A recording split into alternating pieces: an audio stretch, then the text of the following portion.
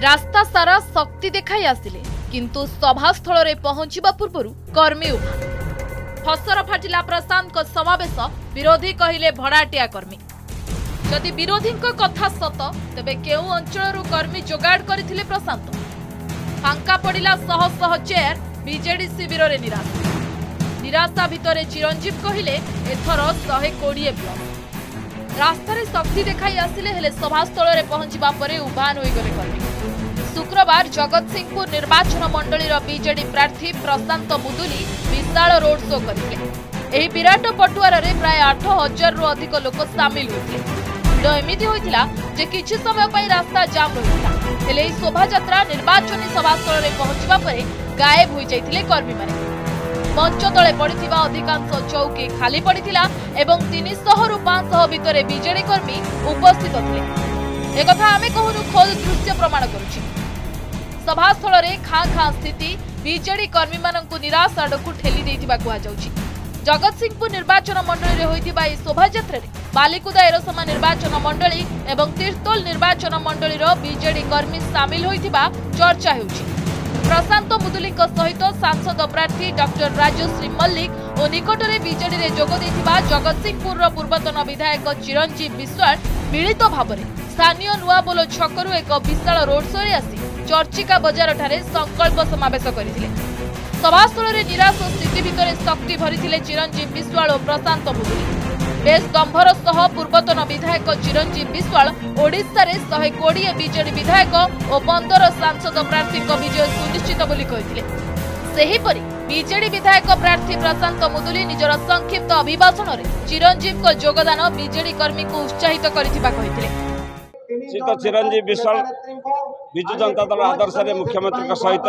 सामिल होती कर्मी भाई मैंने भौणी मैंने समस्त आम सहित एकाकार होती आम संकल्प करूँ आज एक संकल्प समावेश आम दुई भाई एकाठी हो जगतसिंहपुर जिलार विकास को त्वरान्वित करूँ माननीय मुख्यमंत्री आदर्श रे आपको 1 नंबर जिला करूँ देखो मो सांगे जो दलीय कर्मी मैंने कांग्रेस दल त्याग कर बीजेडी आसी जोग कर निश्चिंत भाव माननीय विधायक प्रशांत मुदुली की साहाय्य करेंगे और 2019 मसीह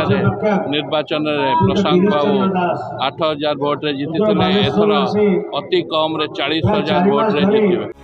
अमरेंद्र दास को बीजेडी टिकेट न देबा परे से बीजेपी रे मिसी जगतसिंहपुर टिकेट हाते छथि एबे बीजेडी रु प्रार्थी होइतिबा प्रशांत को बीजेडी भोट कटि जिबार भय घारिछि तेणु बीजेडी सपक्ष रे जनमत थिबा दर्शाइबाकू गत शुक्रवार ए विशाल शोभा यात्रा करथिले प्रशांत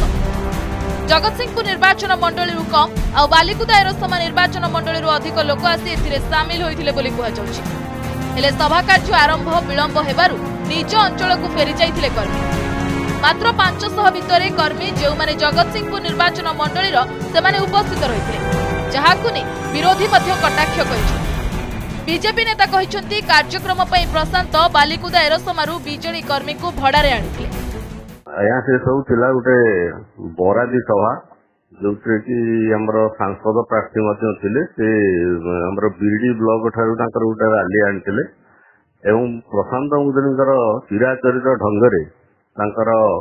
बालिकुदा निर्वाचन मंडल किसी लोक सब प्रत्येक मीटिंग में योगदान करता से सब व्यवस्थित मार्ग से बीडी ब्लॉक किसी लोक आसते आपनकर तीर्थोल निर्वाचन मंडल ठिया विजु जनता दल प्रार्थी सी लोक नहीं आसते नुआपोल ठार सी फेरीगले तो से जोटा शो बाजी कर देखिले एत गुड़ा लोक आसती किंतु से लोक मैंने बरादी लोक किसी टंका पैसार प्रलोभन देखा कणा जाइला तो ठीक से जगह ठार जो चारिपुलिया पर्यंत जाइछन चारिपुलिया समस्त लोक जी आसले बाटर पड़े निर्वाचन पाखेबा सह जगतसिंहपुर रे राजनीति रोचक होइछि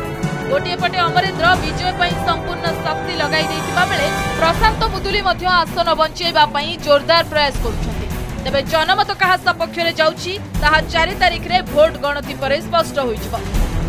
जगतसिंहपुर शशांक शेखर पंडा का रिपोर्ट ओडिशा रिपोर्टर।